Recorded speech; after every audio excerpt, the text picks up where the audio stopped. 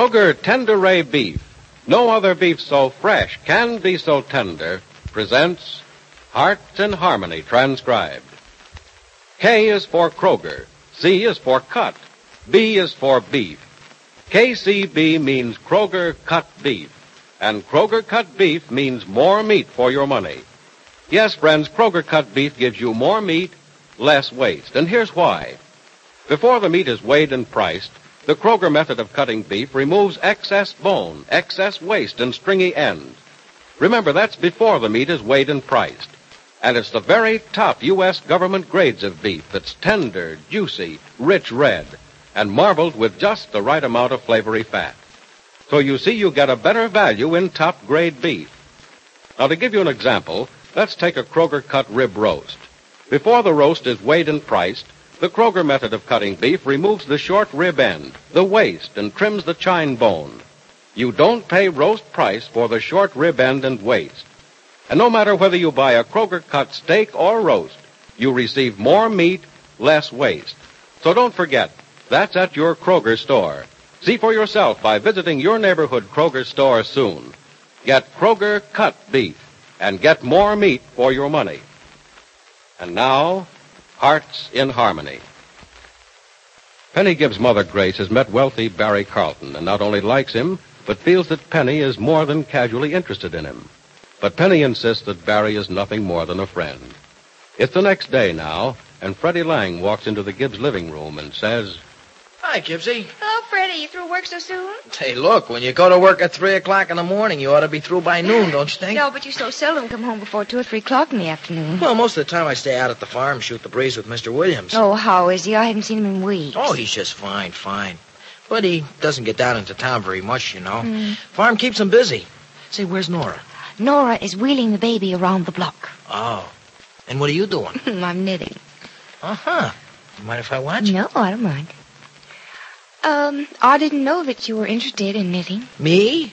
I'm not. I tried it once, you know. I took one stitch, then I lost the stitch, and I lost the interest at the same time. Oh, it's not half as difficult as it looks, Freddie. Well, if you ask me, it's tougher than it looks. Knit 1, purl 1, knit 2, purl 3. Why, it's enough to drive a guy nuts. Well, it's very simple when you know how. Come on, I'll show you. Oh, no, you Come don't, on, Gibbsy. come on. No, I don't want to know nothing at all about knitting. Say, what if Nora knits? I don't know, but I imagine she does. That's bad. That's good. Think of all the knit sweaters and socks you may have someday. Yeah, and think of all the times that I have to sit on the floor holding yarn while Nora makes a ball out of it. So that's what has you worried, hmm? Mm-hmm. Oh, and Gibbsy, there's nothing I hate worse either. You know, I think it was some dame who invented having yarn come in long strings instead of balls. It was just another way to make a sucker out of a guy. Oh, Freddie. Yarn comes in skeins instead of balls for a very good reason. Sure, so a guy has to hold out his hands and hold the stuff. Don't kid me. Well, as a matter of fact, I'm about ready for another skein. Would you like to hold it? No, nothing doing, Gibbsy, not me. Oh, come here. I was only teasing you. No. I want my own yarn. You do? Yeah. Oh. Well, I tip a chair over and use 2 of the legs. Yeah. Hey, I can see where that'd work, too.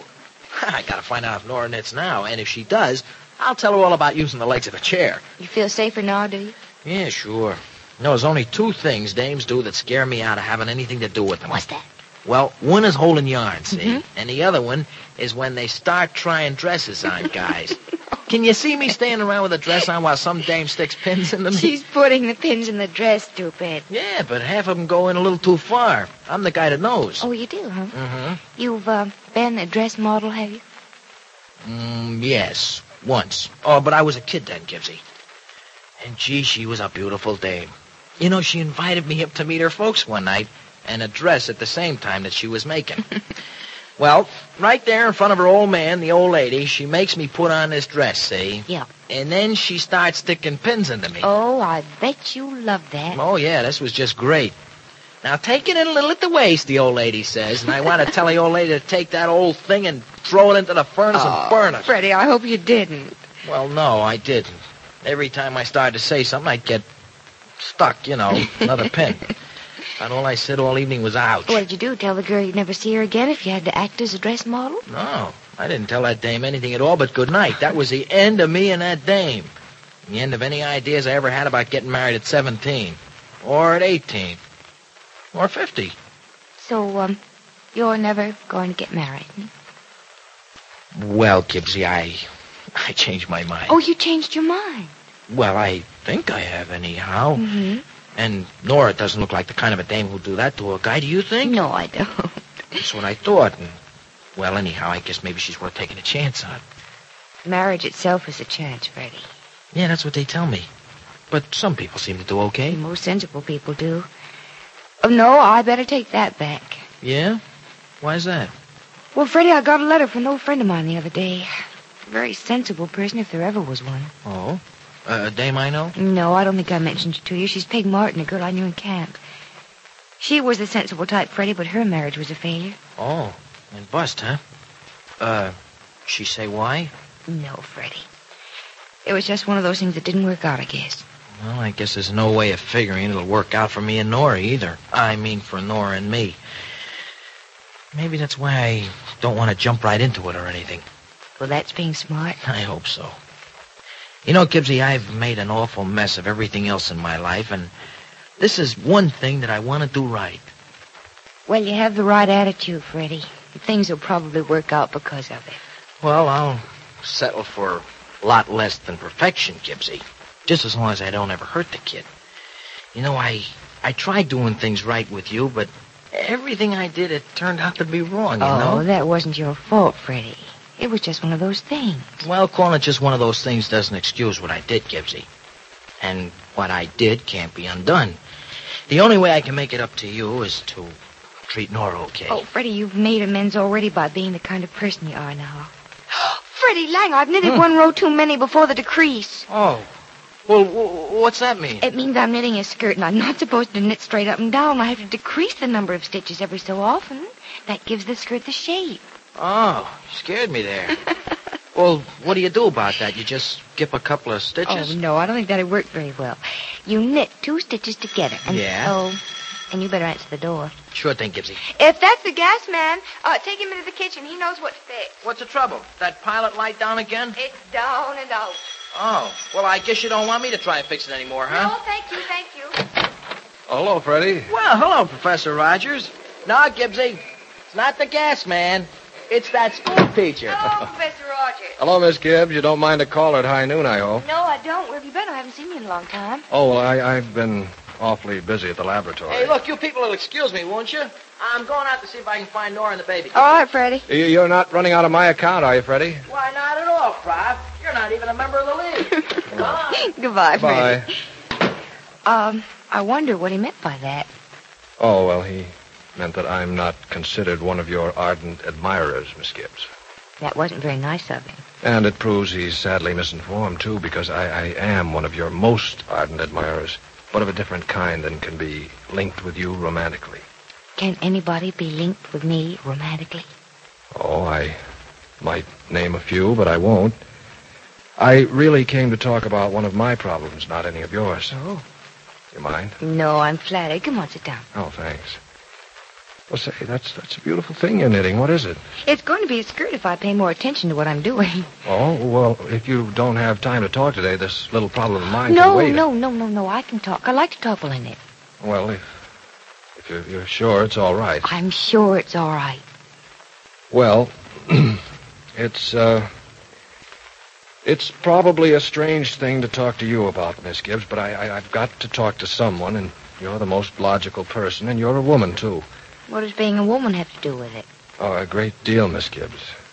You see, my problem is a woman. Oh, I do see. Madeline Dodge, hmm? Yeah. Well, why is she a problem? Oh, you ought to know why. She just won't leave me alone. She's probably in love with you, Professor. Oh, Miss Gibbs, you know better than that. You know Madeline Dodge almost as well as I do, and you know she's incapable of being in love with anyone but herself. Then why does she bother you? Because she likes to possess things. She wants to possess me. Miss Gibbs, what is it about women that makes them so possessive? Not all women are possessive, Professor. No? No. Oh. Well, I felt that they were. Oh, you've had this trouble with women before, hmm? Well, to a degree. As a matter of fact, you're the only woman I've ever known that didn't demand things from me. And mostly my time. But Madeline Dodge is the worst of the lot. Well, that's because she has more spare time than any other women you've known, probably. That must be the reason. Oh, well, perhaps I shouldn't be concerned with the reason, Miss Gibbs. What I want is a woman's advice on how to get rid of another possessive woman. And you think I can tell you? Well, I don't know. I'm just asking. I thought... Well, you might know what it is about me that makes Madeline want to own me. Do you have any idea, or isn't it me? Well, Professor, this is only my opinion, and I could be wrong, but I think it is you. You mean it's my fault that Madeline hounds me so? Well, suppose I ask you a question. Mm-hmm. Have you ever shown any fondness for her? Oh, no. That would only encourage her, make her think I wanted her around. No, that's where you're wrong. Maybe if you made yourself easily available or started to show an ardent interest in her, she'd lose her interest in you. Oh, I don't know. That sounds dangerous. But it may not be. It may be the solution to the problem. Look, some people only want the things they can't have, and Miss Dodge impresses me as definitely that kind of person. Mm. She wants you because she can't have you. If she could have you, I think she'd leave you alone. Well, it's beginning to make sense to me. It's kind of the theory of supply and demand translated into the realm of human relationships. Well, I can see I've spent too much of my life reading books and toying with chemical formulas. I don't know the simplest things about people, especially women. Women are very complex things, Professor. They're a life study in themselves. But I really be glad. Oh. Hi there, gang. Hello, Freddie. You back so soon? Yeah, I'm back. Oh, didn't you find Nora? Yeah, I did, but I saw her down the street talking to one of the neighbors, so I just didn't bother her. Oh. Say, guess who I just saw going by in a car? Who? Madeline Dodge. And that guy Barry Carlton was along with her. Madeline was with Barry Carlton. Hey, now look, maybe that's the solution to your problem right there. Oh, yes, maybe it is. A very satisfactory solution, too. Say, what are you two talking about anyway? Oh, excuse me, I'll get the telephone. Of course. Hey, Professor, look. Well, what's all this about the solution to a problem? You have to shoot a police box. Hello? Hello? Hello, Penny. Oh, hello, Mrs. Carlton. How are you? I'm well, thank you. How are you busy? No, dear, I'm not. Not especially. Good. I'd like to see you right away. Well, I thought it wasn't till Monday afternoon. I know, dear, but something's come up, and I've got to talk to you right away. All right. I'm sorry, dear. I know it's an imposition with your stepfather ill, but I'm terribly distressed about Oh, something. Mrs. Carlton, I'm sorry to hear that. What is it? It isn't anything to talk about over the phone. I'd better see you. Can you come right away? Yes, Mrs. Carlton, I'll be there in half an hour. Why does Carrie Carlton have to see Penny right away? Is she in trouble again? And if so, does the trouble involve her son, Barry?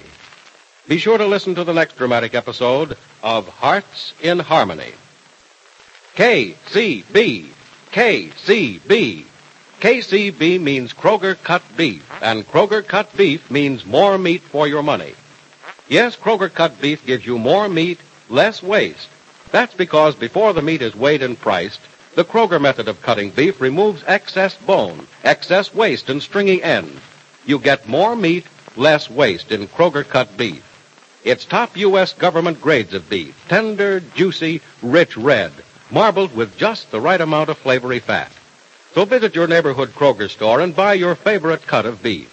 If you get a Kroger cut sirloin steak, you'll notice that before the steak is weighed and priced, the Kroger method of cutting beef removes the stringy end, the waste, and the excess bone. Remember, whether you buy a steak or roast, Kroger cut beef gives you more meat for your money. But remember, ladies, you can buy Kroger cut steak or roast only at Kroger stores. Make up your mind right now to visit your neighborhood Kroger store without delay. Your Kroger meat man has just the cut of beef you want. It's delicious and juicy. It's top-grade beef that will thrill your family. And don't forget, Kroger cut beef gives you more meat, less waste, which means you get more meat for your money at your Kroger store. Listen in again tomorrow, same time, same station, for another exciting transcribed chapter of Hearts in Harmony.